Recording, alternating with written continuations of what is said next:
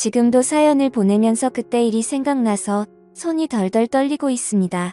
그리고 제가 전생에 무슨 죄를 지었나?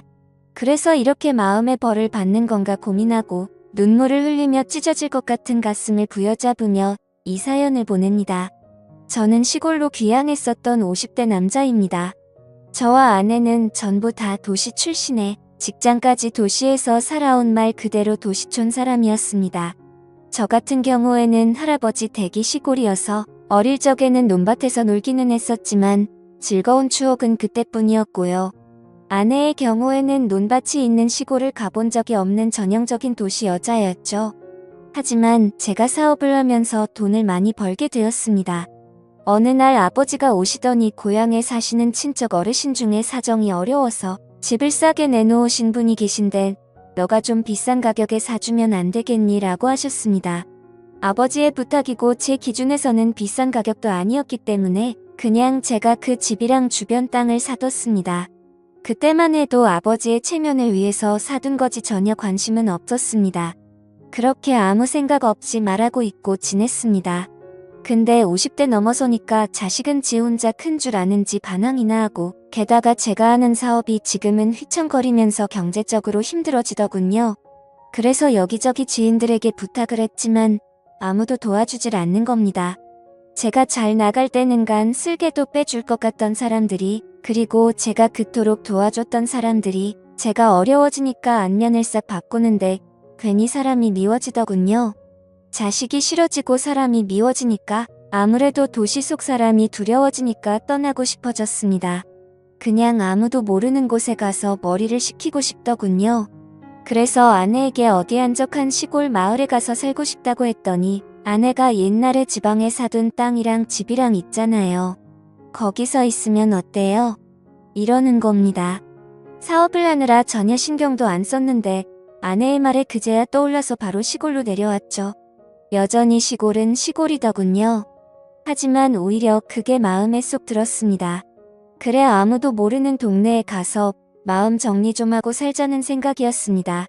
그래서 저 혼자 일단 시골에 내려왔죠. 아내나 아이는 일단 서울에서 살고 있었고요. 제가 와서 시골집을 좀 정비하고 있으니까 동네 어르신들이 오셔서 이것저것 묻더군요. 그래서 친절하게 설명을 했습니다. 그랬더니 어르신들은 여기 청년회랑 마을 발전회가 있는데 언제 한번 들러봐라고 하더군요. 아무래도 시골 정서를 조금 알기 때문에 저는 동네 어르신들이랑 청년회 분들에게 급진이 되었죠. 말이 청년회라고 연세들이 저보다 적게는 10년 많게는 20년 가까이 더 많은 분들이었으니까요. 나름 대접을 꾸준히 하고 동네 봉사활동에 어느 정도 참여했더니 동네 어르신들이랑 청년회 형님들도 저를 마을 사람으로 인정해 주시더군요.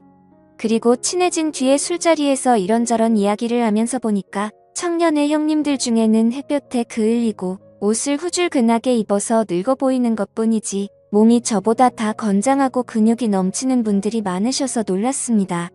그래서 제가 역시 도시 사람들보다 농촌에 계시는 분들이 건강하다니까요 하면서 감탄을 하기도 했어요. 그 이후로는 일사천리였습니다. 마을 사람으로 받아주니까 저를 도와서 마당을 꾸며주는 형님도 계셨고 전기부터 전화까지 아름답게 소개를 시켜주셔서 생활에 불편함 없이 해주는 형님도 계셨습니다. 아무래도 평생을 보고 지내온 분들끼리 살아온 촌이라서 그런지 외지인에 대한 거부감은 크지만 한번 자기 사람이라는 생각을 하시면 적극적으로 도와주시더라고요. 그렇게 어느 정도 마음을 터놓으니까 일자리도 알아봐 주셨습니다. 특히 제가 사업을 한창 할 때 그나마 시간 내서 즐겼던 일이 낚시였는데 주변의 낚시터에서 일하라고 자리까지 알아봐 주셨습니다. 솔직히 제가 일을 할 만큼 돈이 쪼들릴 정도는 아니었습니다. 모아둔 돈도 어느 정도 있었고 사람이 싫어서 내려온 거지 일을 하려고 귀농을 했던 건 아니었으니까요. 하지만 형님들은 사람이 놀면 안 된다면서 일자리도 알아봐 주시고 저 혼자 있다면서 반찬이랑 식사도 매번 주시는 겁니다. 그때는 역시 진심은 통하는구나 생각했죠. 그 후에 아내랑 아들도 가끔 시골로 내려와서 시간을 보냈고 저는 있는 돈 없는 돈 끌어모아서 낚시터를 인수해버렸습니다. 개벌은 난 못 준다고 사업하는 버릇이 남아서인지 이리저리 홍보도 하고 낚시터 관리를 열심히 했더니 나름 인기 있는 낚시터가 되더군요. 이젠 일도 익숙해지고 마을 사람들과 호영호재하면서 친해지니까 아내를 시골로 불러도 될 것 같았습니다. 아이도 대학에 들어갔고 어차피 떨어져 지는 시간도 꽤 됐고 이만하면 전원 생활을 누리면서 지친 몸과 마음을 치료하면 되겠다라는 생각이었습니다. 그 말에 아내도 흔쾌히 응해줬어요. 그래서 아내는 대학 기숙사에 들어간 아이를 두고 서울에 있는 걸 모두 정리한 채 시골로 내려와 저와 함께 전원 생활을 시작했습니다. 처음에는 아내가 굉장히 즐거워하더군요. 낚시터에서 같이 일도 하고 가끔 드라이브도 가고 텃밭도 가꾸면서 지냈습니다. 매일매일이 저에게는 소중한 날들이었고 기쁨이었죠. 근데 아내는 점점 활기를 잃어가고 짜증만 내는 거예요. 아침에 낚시터 관리하는 것도 이제는 지겹다. 텃밭 가꾸는 것도 이제는 힘들다며 매일 투덜대는 겁니다. 처음에는 달래도 보고 도심지로 나가서 쇼핑도 시켜줬건만 아내의 기분은 도무지 풀릴 기분이 아니더라고요.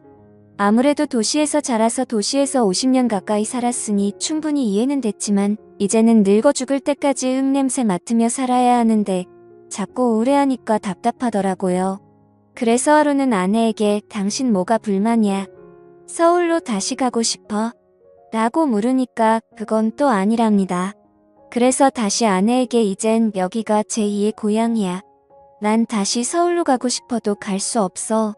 불편한 건 좀 있겠지만 조금만 참자 제발 이렇게 통사정을 했죠. 아내도 그러겠다고 대답은 하더군요. 너무 힘들어서 주변 어르신들과 청년 형님들에게 이야기를 했더니 그런 일들이 예전부터 쑥도록 했다면서 특히 청년 형님 중 한 분은 우리가 너무 무신경했네. 재수씨가 좀 쑥스러워하길래 일부러 동네 적응하라는 뜻으로 말도 안 걸고 그랬는데 이참에 마을 잔치라도 한번 열어줘야겠어. 이러는 겁니다. 저는 괜찮다고 극구사양했는데도 시골 인심이란 게 아무래도 통이 크다 보니까 정말 마을 잔치가 돼버렸습니다. 돼지 한 마리 잡는 수준까지는 아니지만 그래도 고기도 좀 삶고 반찬도 준비하고 동네 어르신들이랑 형님들 그리고 여러 아주머니들이 제 아내만을 위해서 전부 나서서 잔치 같은 음식을 열어줬죠. 처음에는 쑥스러웠던 아내도 그날은 굉장히 즐거워 보였어요. 술도 한잔하고 마을 사람들하고 친해지니까 아주 생기가 돌아 보였습니다. 그래서 술도 마셨겠다 기분도 묘하게 좋아져서 그런지 그날 밤에 아내랑 오랜만에 행복한 시간도 보냈습니다. 이제부터 모든 게 잘 풀릴 거라 생각했습니다. 아내도 예전보다는 기운을 좀 차린 것 같았고요. 그래서 낚시도 일을 마치고 와보면 아내는 동네 청년 형님들과 마을 일을 돕고 있거나 아니면 집 앞 텃밭을 가꾸고 요즘은 인터넷으로 정원 가꾸기 이런 걸 보면서 공부도 하더라고요. 그 모습을 보면서 흐뭇했죠. 하지만 아내의 비밀을 알게 된 건 몇 달이 지나고 나서부터입니다. 아무래도 새벽에 나가는 일이 많다 보니까 저녁에 일찍 잠을 자는 편이었는데 그날따라 잠을 굉장히 일찍 깼어요. 대충 새벽 1시쯤 된 것 같더군요. 목이 말라서 물을 마시고 방으로 들어와 보니까 아내가 없는 겁니다. 가끔 제 코 고는 소리가 싫다면서 딴 방에 가서 혼자 자는 경우가 종종 있어서 별로 신경 안 쓰고 다시 잠을 자려고 했습니다. 근데 뭔가 거실 쪽에서 누가 왔다 갔다 하는 소리가 들리는 거예요.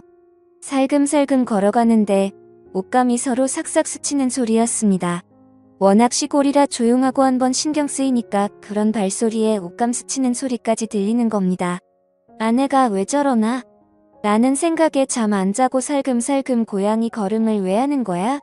하면서 나가봤더니 아내가 현관문 앞에 서 있는 겁니다. 깜짝 놀라서 거기서 뭐해? 그랬죠. 그랬더니 잠이 안 와서 잠깐 나갔다 왔다는 겁니다. 처음에는 그런가 보다 했죠. 근데 몸에 풀이 좀 묻어 있는 겁니다. 아니 어디까지 나갔다 왔길래 몸에 풀이 묻어 있어? 라고 하니까 아내는 깜짝 놀라면서 요 앞에 갔다 오는데 좀 묻었나 보네? 이러는 겁니다. 그래서 농담으로 모르는 사람이 보면 어디 눈밭에서 뒹군 사람으로 보여? 라고 했더니 아내는 눈에 쌍심지를 켜고 아니 무슨 말을 그렇게 해? 내가 새벽에 나가서 어떤 놈하고 뒹굴다가 왔다는 거야? 이러는 겁니다. 반응이 너무 거세서 좀 놀랐죠. 아니 농담으로 그런 거지 누가 진짜 그렇다고 믿겠어? 그 말에 아내는 상당히 기분이 나쁘다는 투로 당신 나한테 그런 말 하지 마. 엄청 기분 나빠 이러면서 다른 방으로 들어가서 잠을 자더군요. 그때만 해도 거참 별거 아닌 것 같고 엄청 화를 내네 라고 생각했습니다. 그 이후로 그 일은 잊고 지낼 정도로 바쁘게 살았습니다. 낚시터 관리하고 서울에서 지인들의 도움으로 다른 일도 벌이게 되니까 한 달에 며칠은 서울로 올라갔다 내려오기도 하고 귀농을 한 이후로 뭔가 일이 잘 풀려가더군요. 아무래도 몸도 마음도 안정이 돼서 그런가 보다라고 생각했습니다. 그날은 서울에서 회의가 늦게 끝나서 아침 일찍 내려갈까 하다가 그래도 잠은 집에서 자려고 새벽쯤에 시골집에 도착을 했죠. 문을 열고 들어가니까 아내는 자고 있더라고요. 근데 주방에 누군가랑 술을 마신 듯이 어지럽혀져 있고 힘새가 좀 이상한 겁니다. 도대체 누굴 데리고 와서 술 마신 거야? 라는 생각이 들더군요. 제가 좀 깔끔을 떠는 성격이라 피곤해도 술병이랑 안주 널브러진 것은 치우고 자야 했거든요. 그래서 이것저것 치우는데 의자에 못 보던 열쇠 꾸러미가 있는 거예요. 보아하니까 바지 허리춤에 채우는 창고 열쇠 꾸러미였습니다. 이게 왜 여기 있지? 누구 거지? 궁금하더군요. 그래서 다음날 아침에 아내에게 열쇠 이야기를 꺼내니까 어제 청년의 형님이 오셔서 간단하게 맥주 한잔 했어. 그게 뭐 잘못됐어? 이러는 겁니다. 마을 사람이 우리 집에 올 수도 있고 맥주 한잔 나눌 수도 있겠지만 열쇠까지 떨어뜨리고 갈 정도로 정신이 없었다는 게 이상한 거죠. 농사일을 해보신 분들은 알지만 농사와 관련된 열쇠나 농기구들은 기가 막히게 챙기거든요. 그래서 열쇠 꾸러미를 들고 청년의 형님 집으로 가고 있는데 동네 할머니 한 분이 오시더니 요즘 한 사람 소문 안 좋아?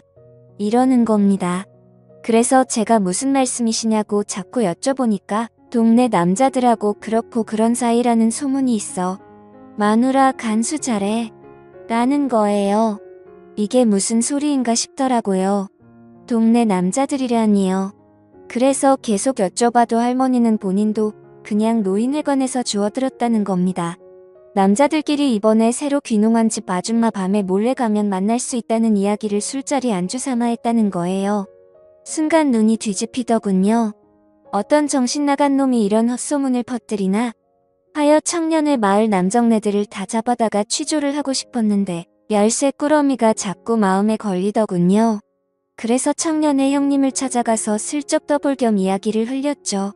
형님 아내가 열쇠 주라고 하던데요. 그 형님도 아무렇지 않은 듯이 웃으면서 열쇠를 받길래 제가 한마디 쓱 했습니다. 어제 우리 집에서 술 한잔 하셨다면서요. 술만 드신 거예요? 그랬더니 청년의 형님은 인상을 확 쓰면서 도대체 뭔 대답이 듣고 싶어서 이러냐며 집으로 돌아가는 겁니다.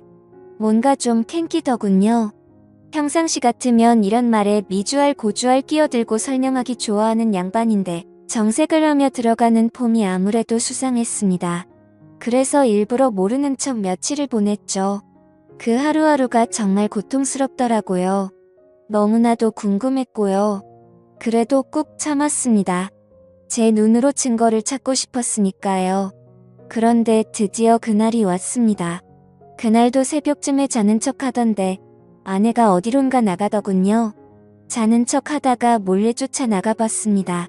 청년의 형님이기만 해봐. 둘 다 아작을 내버릴 거니까 라는 생각에 뒤를 쫓아갔죠. 그런데 새벽 이슬 맞고 아내가 찾아간 곳은 논밭 근처에 있는 허름한 비닐하우스였습니다. 농사를 짓는 곳은 아니고 마을 공용 창고같이 농기구를 저장해놓고 쉬는 공간으로 활용을 하는 곳이었거든요. 순간 망치로 머리를 맞은 기분이더라고요. 그래서 몰래 안을 들어가서 안쪽을 봤습니다. 누굴까? 어떤 놈일까? 궁금하기도 하고 막상 보면 열받을 것 같아서 두렵기도 하고 손이 부르르 떨렸지만 안을 들여다봤죠. 그런데 세상에나 청년의 형님이 아닌 다른 형님인 겁니다. 이건 또 뭔가 싶더라고요. 둘은 이미 더러운 짓을 벌이기 시작했더군요. 차마 그 소리를 듣고 싶지도 않고 이제는 끝내려는 마음에 확 덮쳐버렸습니다. 깜짝 놀란 아내와 그 형님은 손발이 되게 빠르더군요. 언제부터 이랬냐며 제가 화를 막 내니까 갑자기 그 형님 입에서 더 충격적인 말이 튀어나왔습니다. 난 오늘이 처음이고 다른 사람들을 몇 번 만났어. 이건 또 무슨 소리인가? 머리가 띵하더군요. 아내는 여보 지금 이 사람이 정신 나가서 헛소리하는 거야. 믿지 마. 라고 하더니 나중에는 살려달라고 빌고 나중에는 악에 받쳐서 맘대로 해. 하면서 들어 눕더군요. 하지만 계속 소리를 지르고 난리를 쳤더니 끝내 몇 군데 집을 가리키는 겁니다. 그 새벽에 그 집 문을 발로 차고 들어가서 나와 우리 마누라 건든 놈들 나오라고 큰 소리를 쳤습니다. 동네가 난리가 났죠. 알고 보니 마을에 체격 좋고 힘 좀 쓴다는데 6놈, 그리고 물론 청년의 형님도 껴 있었습니다. 마을 남정네들 대 6놈이 마누라랑 놀아댔다더군요. 하늘이 무너지는 기분이었습니다. 그놈들은 제 아내가 먼저 유혹을 했다면서 핑계만 늘어대고 아내는 아니라고, 자기는 그런 적 없다고 싹싹 빌고 아주 난장판이었습니다. 조용히 끝내려고 했지만 도저히 안 되겠더군요. 근데 마을 이장님이 한사코 말리고 제발 경찰에 신고를 안 하면 안 되겠냐며 싹싹 빌더군요. 그리고 마을 사람 모두가 잘못했다면서 합의금은 얼마든지 주겠다며 싹싹 빚는 겁니다.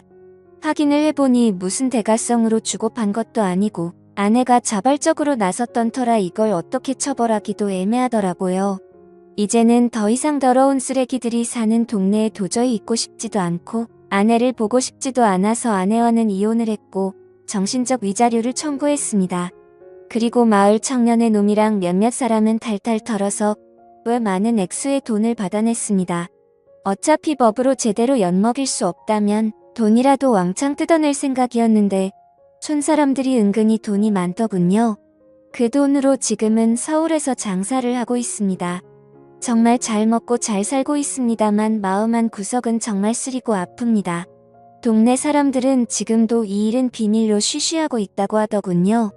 정말 파렴치한 아내와 시골 남자들을 생각하면 지금도 피가 거꾸로 솟네요. 저의 긴 글을 읽어주셔서 감사합니다.